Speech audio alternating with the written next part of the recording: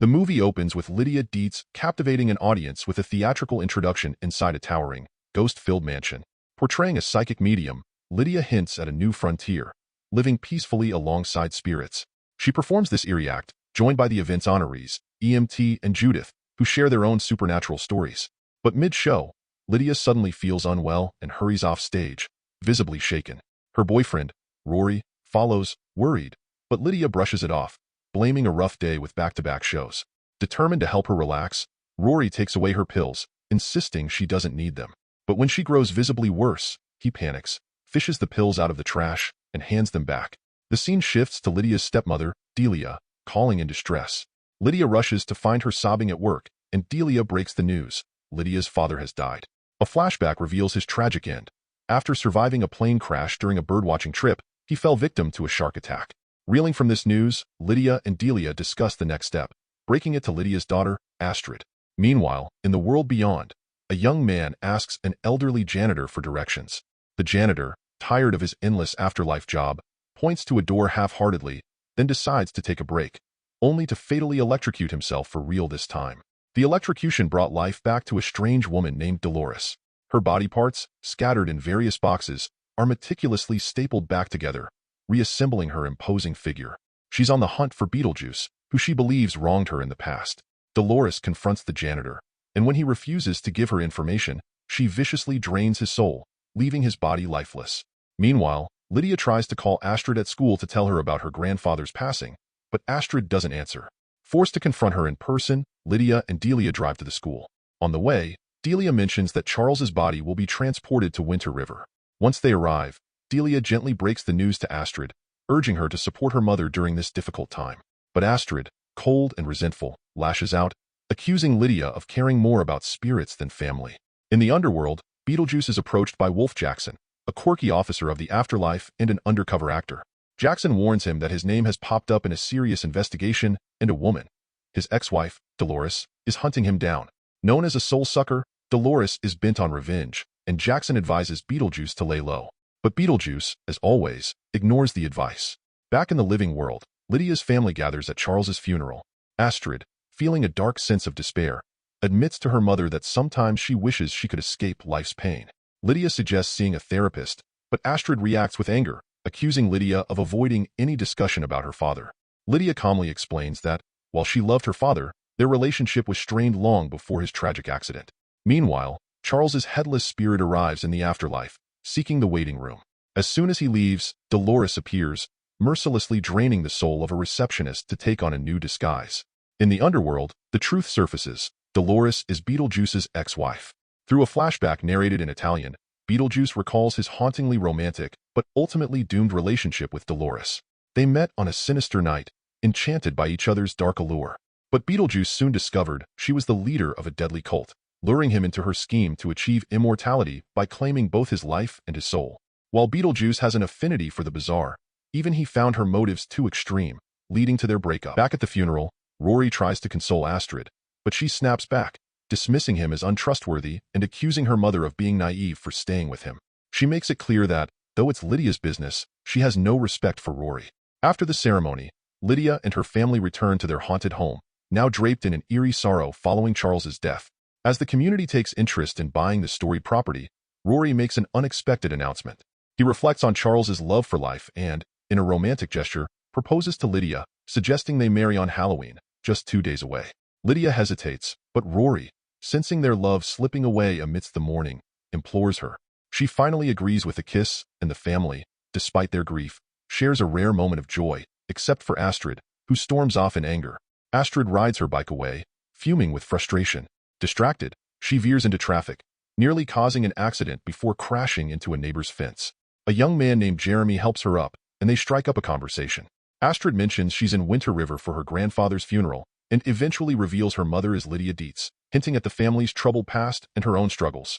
In the afterlife, chaos erupts as Wolf Jackson receives a report. Dolores is wreaking havoc, leaving behind a trail of destruction in her pursuit of Beetlejuice. Recognizing the danger, Jackson redoubles his efforts to find Beetlejuice before Dolores does. Meanwhile, Beetlejuice flips through a newspaper and spots news of Charles's death. Seeing Lydia's name, he hatches a plan to reconnect with the living world, recognizing this tragedy as a perfect opportunity to meddle. Back at the Dietz mansion, Astrid is sent to the attic to store some boxes. While exploring, she finds an intricate model of Winter River, reminiscent of her mother's eerie past with the supernatural. In the model, she stumbles upon a peculiar at offering contact with Beetlejuice. Her curiosity piqued, Astrid digs further and uncovers a box labeled Richard. Inside, she finds old photos of her parents, rekindling her curiosity about her family's hidden secrets and supernatural ties. In the dusty, dim attic, Lydia walks in to find her daughter Astrid intently flipping through an old box of photos. The nostalgia is heavy in the air, tinged with memories both cherished and painful. Lydia's curiosity shifts when she spots an advertisement kept beside. The ad was of Beetlejuice. Lydia's expression tightens. She warns Astrid never to say Beetlejuice's name 3 times, explaining it could summon unspeakable consequences. She forbids Astrid from returning to the attic. Astrid, stung by her mother's unusual tone, storms out. Later, Lydia confides in her stepmother Delia, feeling the strain in her relationship with Astrid. It reminds her of when she and Delia used to clash, and now, the disturbing Beetlejuice it has her doubting her sanity. Lydia reveals something she's kept hidden. She's been seeing Beetlejuice again, not just in her mind but in ways that feel all too real. Delia listens, torn between concern and skepticism, not fully convinced of the supernatural threat Lydia fears. Frustrated, Astrid finds solace in her new friend, Jeremy. She visits him, and they share their stories. Jeremy opens up about his own family struggles, mentioning that his father had a tragic accident and now struggles with alcoholism. Astrid, in turn, reveals her own lingering pain. Her father's body was never found, leaving a constant emptiness. Jeremy, sensing her loss, suggests that maybe her mother, with her psychic abilities, could try to reach out. But Astrid explains her mother has already tried, and even Lydia's powers couldn't find her father. Their conversation shifts to the topic of Lydia's upcoming wedding. Astrid expresses her reluctance to attend, and Jeremy, sympathizing, suggests they could spend the day together, just the two of them, to take her mind off things. Meanwhile, Lydia's fiancé, Rory, is preoccupied with planning an extravagant Halloween wedding. Lydia, however, wants something quiet and intimate. What troubles her more is not the planning, but the eerie signs of Beetlejuice she's been noticing everywhere. She feels his presence creeping back into her life. Driven by desperation, Lydia races up to the attic and shouts into the darkness, demanding Beetlejuice leave her alone. Her outburst alarms Rory, who follows her and asks if she's all right. Finally, exhausted and shaken, Lydia tells him the truth. Beetlejuice is back, and he's a very real threat. She explains how the trickster demon terrorized her family years ago, trying to trap her in a marriage that would bring him back to the land of the living.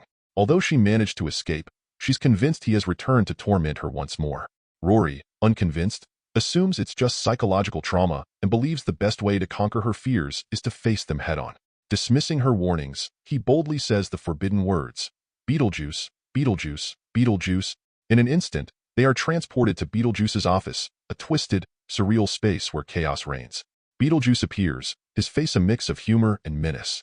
He taunts them with disturbing visions, twisting their fears into bizarre, grotesque images. Then, with a mischievous grin, he introduces them to his baby, a creepy creature with a vaguely human shape but none of Beetlejuice's charisma. Rory faints at the sight, while Lydia, desperate to escape, shouts "home" 3 times. They are transported back to Lydia's house, but Beetlejuice remains close, singing a warped love song to Lydia from within the model of Winter River. Rory, trying to rationalize the surreal experience, dismisses it as a strange hallucination. She rushes to Delia and Astrid, insisting they leave the house immediately and destroy the model, which she believes is somehow connected to Beetlejuice. Astrid, however, pleads to stay a little longer, as she has plans with Jeremy. Reluctantly, Lydia agrees and drops Astrid off at Jeremy's house the next day. In his room, Astrid and Jeremy talk about their Halloween plans, but Jeremy's demeanor shifts when he admits he'd rather spend the evening with her alone. As they share a quiet moment, their budding connection takes a supernatural twist. As they lean in to kiss, they suddenly begin to float midair.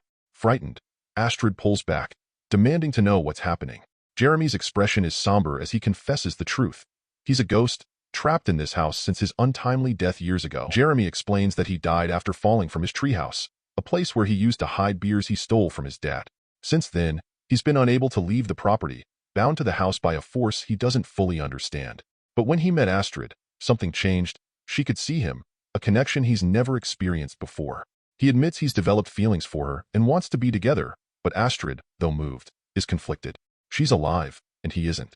In a moment of vulnerability, Jeremy promises her a way to say goodbye to her father, as long as she helps him in return. Meanwhile, Lydia casually mentions to a friend that she dropped Astrid off on Jefferson Street. Her friend's reaction is immediate, warning Lydia that Jeremy's house has a sinister history. It's the old murder house at number 125, and the friend reveals that Jeremy isn't an ordinary ghost. He was responsible for his parents' deaths before his fatal accident. Terrified, Lydia races to Jeremy's house, desperate to save her daughter. Unaware of the danger, Jeremy leads Astrid to a hidden door and hands her a spell to recite.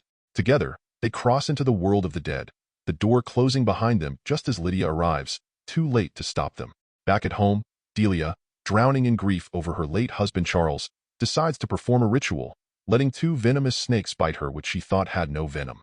Lydia, grappling with everything unraveling around her, realizes her only hope lies in seeking Beetlejuice's help.